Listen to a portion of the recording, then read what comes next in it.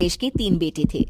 शादी के बाद तीनों माँ बाप से दूर रहते और सिर्फ त्योहारों में आते।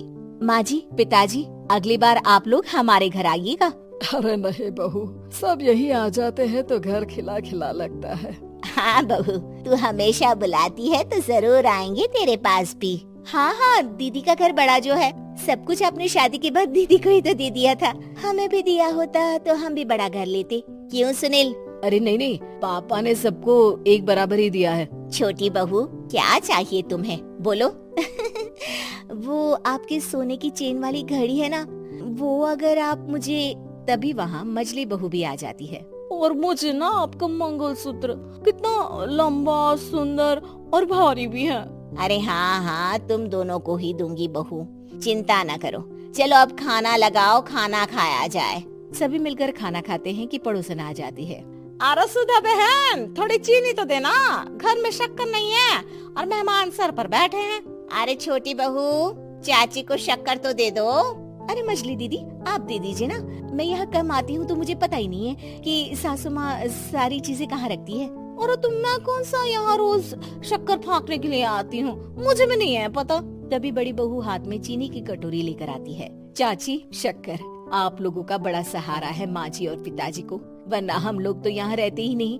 आप जैसे पड़ोसी हैं तो हम निश्चिंत हैं। और जीती रहे बहू, आप तो ये घर पड़ोस कम परिवार ज्यादा लगता है। सुधा अपनी बड़ी बहू को देखकर बहुत खुश रहा करती थी। वो उससे अक्सर घंटों बात भी किया करती, लेकिन दोनों दूसरी बहुओं का भी वो समझती थी कि शायद छोटी है, वक्त आने पर संभल जाएंगी। समय आ जाता है जब सभी को वापस जाना होता है। माँ जी, हम लोगों की फ्लाइट पहले है, हमें इजाजत दे। वो सास के गले लगकर चली जाती है। थोड़ी देर बाद छोटी बहू कहती है, माँ जी, मैं ना ये सोफे के कवर और चादरें ले जा रही हूँ, यहाँ तो ऐसी ही पड़ी रहेंगी। हाँ बहू, ले जा, और कुछ चाहिए तो बोल। और तो चाहिए बहुत कुछ, पर चलिए कोई बात नहीं, अगली बार ले जाऊंगी मैं। ऐसे ही मंजली बहू भी घर का बहुत सारा सामान ले जाती है। सभी के जाने के बाद सुधा राकेश से कहती है, घर कितना सूना लग रहा है ना। हाँ, और खाली भी। तुम्हारी दोनों बहुएं सब बटोर गई। अरे ठीक है ना, हम दोनों ही तो हैं, कितना सामान लगेगा, फिर उन लोगों की नई गृहस्थी, इतना मत सोचा करे। समय बीतता है। ऐसे ही हर साल त्योहारों में सुधा और राकेश के बच्चों की बहू आते और जाते वक्त ढेर सारा सामान पैक कर कर ले जाती। लेकिन कुछ ही सालों में सुधा का देहांत हो जाता है। पिताजी, आप यहाँ अकेले क्या करेंगे, हम लोगों के साथ चलिए। अरे नहीं बहू, इस घर में सुधा की यादें हैं, मैं उसे नहीं छोड़ सकता हूँ। अब तुम लोगों की माँ नहीं रही। देख लो, वैसे तो मैंने उसके जीते जी सब कुछ दे दिया है, लेकिन कुछ उसका पर्सनल कीमती सामान था जो ये है, ले लो। सामान में होती है एक घड़ी और एक मंगलसूत्र। माँ जी ने कहा था कि वो ये घड़ी मुझे देंगी। हाँ, पिताजी, माँ ने सबके सामने ये घड़ी सरिता को देने के लिए कहा था। उठा लो सरिता माँ की घड़ी। अब क्या था, छोटी बहू फट से घड़ी उठा लेती है। और पिताजी, ये मंगलसूत्र तो माँ ने मुझे ही देने को कहा था, याद है ना? वो सभी की ओर इशारा करती है। तू भी ले ले ये हार बेटा, कोई बात नहीं। मंजली फटाक से हार उठा लेती है। ससुर बड़ी बहू की तरफ देखते हैं। तुझे क्या दूं बेटा? पिताजी, माँ ने एक चीज मेरे लिए भी रखी है। सभी के कान खड़े हो जाते हैं कि आखिर सास ने क्या रखा होगा बड़ी के लिए।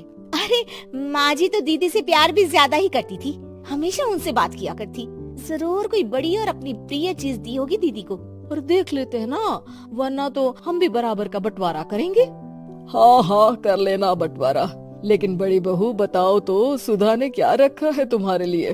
अभी तो हम लोग यही हैं पापा जी, जब जाने लगेंगे तो बता दूंगी। बड़ी बहू के मुंह से ये बात सुनकर बाकी दो बहुएं सोचने लगती हैं कि आखिर क्या है जो दीदी को सासू माँ देकर गई हैं। दीदी, ऐसा तो नहीं ना कि पूरे घर का आधा हिस्सा माँ बड़ी भाभी को देकर गई हो? तभी वहाँ ससुर आ जाते हैं। नहीं, ऐसा कुछ नहीं है। मकान तो तुम तीनों का बराबर से है। देखो, बड़ी बहू से तुम्हारी सास ज्यादा जुड़ी थी, न जाने क्यों घंटों बात किया करती थी। पता नहीं क्या देकर गई है उसे।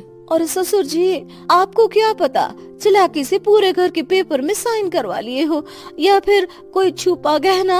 आखिर मकान पूरा तो आपने सासू माँ के नाम ही कर रखा था ना।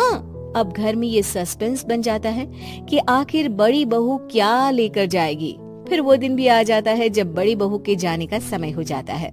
बेटा, परसों तुम चली जाओगी, बताया नहीं माँ ने तुम्हें क्या दिया?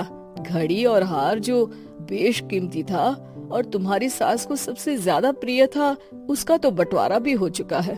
अब तुम्हारी बारी। हाँ पिताजी, आज मैं ये बात बताने ही वाली थी।